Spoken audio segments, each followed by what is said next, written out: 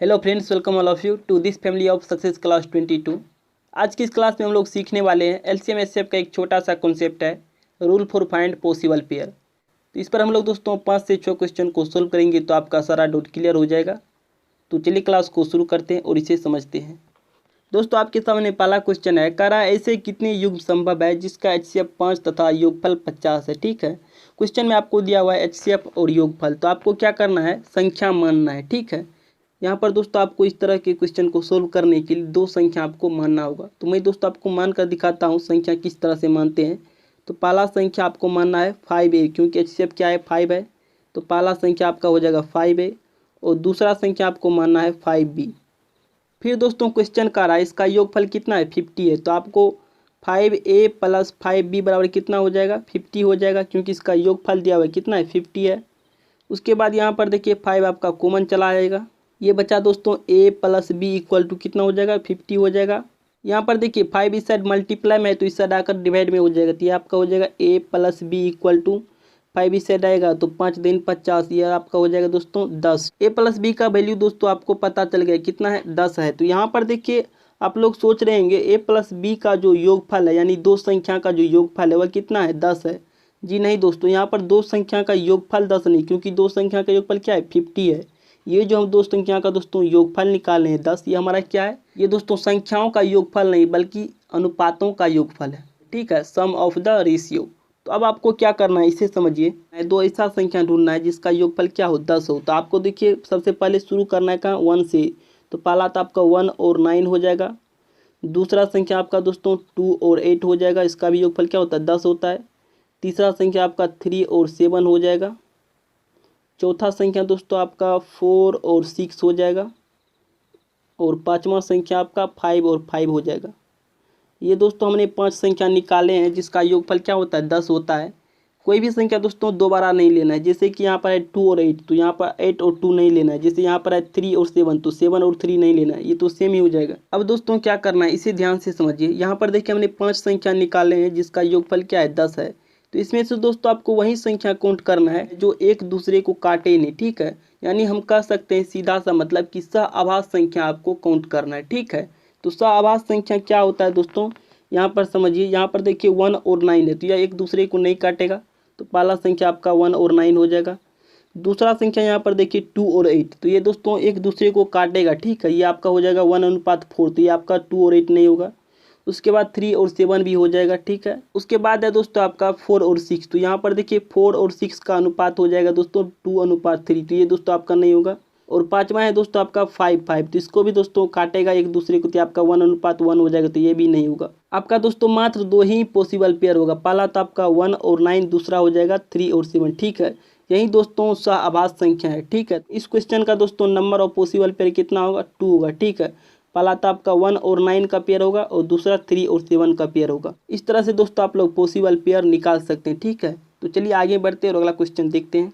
Next question है आपका, कह रहा है दो संख्याओं का योगफल 63 और एचसीएफ 7 है। ठीक है, दो संख्याएं दोस्तों जिसका योगफल आपको पता है कितना है, 63 और एचसीएफ भी पता है कितना है, 7 है। तो कह रहा है तो दो संख्याओं का कितने युग्म बनेगा, उस दो संख्याओं को आपको बताना है, पॉसिबल पेयर कितना होगा। तो यहाँ पर देखिए हम लोग पीछे वाले क्वेश्चन को पढ़े हैं किस तरह से बनाते हैं। तो आपको यहाँ पर क्या करना है इसे समझिए, आप लोग दोस्तों कॉन्सेप्ट को सीख गए। ठीक है, तब आपको यहाँ पर सीधा करना है a plus b equal to, यहाँ पर देखिए दो संख्याओं का योगफल कितना है, 63 है। तो योगफल को आपको ऊपर में लिखना है 63, बटा में आपको कर देना है मोसो यानी एचसीएफ। तो एचसीएफ कितना है, 7 है। बस हो गया, इतनी सी बात आपको ध्यान में रखना है। तो 7 से इसे काटेगा तो आपका हो जाएगा 9 7 63 होता है। तो दो संख्याओं का योगफल आपको पता चल गया, a प्लस बी कितना है, 9 होगा। ठीक है, तो आपको दोस्तों वो दो संख्या ढूंढना है जिसका योगफल 9 होगा। तो पहला तो दोस्तों हम लोग शुरू कहाँ से करते हैं, 1 से करते हैं, तो 1 और 8 हो जाएगा। दूसरा आपका 2 और 7 भी होगा। तीसरा दोस्तों आपका 3 और 6 होगा। और चौथा आपका 4 और 5 होगा। ये दोस्तों आपका 4 पेयर आ गया जिसका योगफल क्या है, 9 है। तो इसमें से दोस्तों आपको वही संख्या लेना है जो सहआभाज्य संख्या हो, यानी एक दूसरे को जो संख्या नहीं काटता है। तो यहाँ पर देखिए पहला तो आपका 1 और 8 हो जाएगा। दूसरा 2 और 7 होगा। तीसरा देखिए दोस्तों 3 और 6 है, तो ये दोस्तों एक दूसरे को काट रहा है। ठीक है, तो यह सहआभाज्य संख्या नहीं है, तो ये आपका दोस्तों नहीं होगा। उसके बाद यहाँ पर देखिए 4 और 5, ये दोस्तों होगा। तो इस क्वेश्चन का दोस्तों नंबर ऑफ पॉसिबल पेयर जो होगा कितना होगा 3 होगा। ठीक है, तो इस तरह से दोस्तों आप लोग समझ सकते हैं। चलिए आगे बढ़ते हैं और अगला क्वेश्चन को देखते हैं।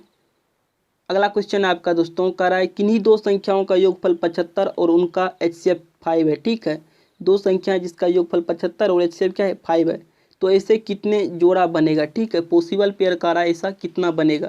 तो आपको दोस्तों क्या करना है, सीधा A + B इक्वल टू आपको लिख देना है ऊपर में योगफल। तो योगफल कितना है 75 है, तो 75 लिखना है और बटा में आपको कर देना है HCF। तो HCF क्या है 5 है, तो 5 लिखना है। तो ये देखिए दोस्तों 15 × 5 क्या होता है 75 होता है। तो A + B का वैल्यू दोस्तों आपको पता चल गया कितना होगा 15 होगा।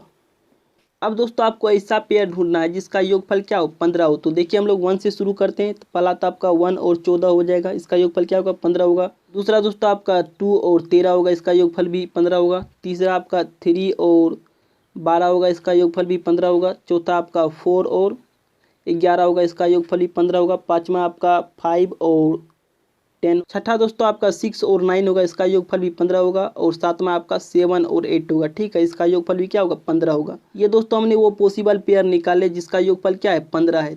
इसके बाद दोस्तों क्या करना है, यहीं पर समझने वाला क्वेश्चन आता है। आपको वैसा संख्या लेना है जो एक दूसरे को काटे नहीं। ठीक है, यानी सहआवाज संख्या आपको काउंट करना है। तो यहाँ पर देखिए पहला तो आपका 1 और 14 हो जाएगा।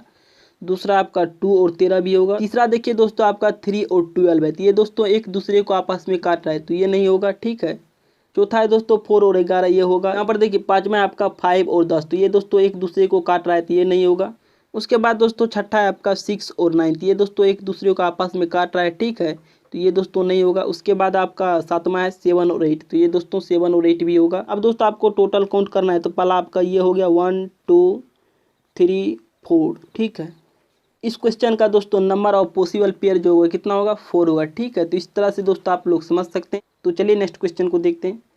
नेक्स्ट क्वेश्चन है दोस्तों कह रहा है ऐसे कितने युग्म संभव है जिसका HCF 25 और गुणनफल कितना है 5000 है। ऐसे आपको कितने युग्म होगा बताना है जिसका HCF क्या है 25 है और गुणनफल कितना है 5000 है। तो चलिए दोस्तों हम लोग इसे सोल्व करते हैं। यहाँ पर भी दोस्तों संख्या आपको मानना होगा फर्स्ट और सेकेंड। ठीक है, दो संख्या आपको मानना होगा। तो पहला संख्या और दूसरा संख्या क्या होगा इसे समझिए। यहाँ पर देखिए आपका HCF क्या है 25 है, तो पहला संख्या आपको लेना है 25A और दूसरा संख्या आपको लेना है 25B।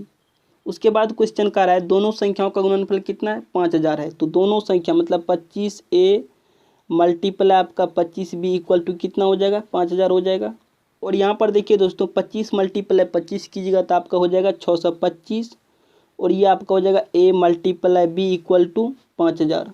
और दोस्तों ये आपका हो जाएगा A × B इक्वल टू 625 दोस्तों इससे जाकर डिवाइड हो जाएगा। तो ये आपका दोस्तों 5000 को काट देगा 8 बार में। ठीक है, तो A × B इक्वल टू आपका कितना होगा 8 हो जाएगा। अब दोस्तों आपको क्या करना है, ऐसा संख्या ढूंढना है जिसका गुणनफल क्या हो 8 हो। ठीक है, दो ऐसा पेयर ढूंढना है जिसका गुणनफल 8 हो। तो पहला तो दोस्तों आपका 1 और 8 हो जाएगा और दूसरा दोस्तों 2 और 4 होगा। ठीक है, ये दोस्तों दो पेयर हमारे पास आया 1 और 8 2 और 4 जिसका गुणनफल क्या होगा 8 होगा।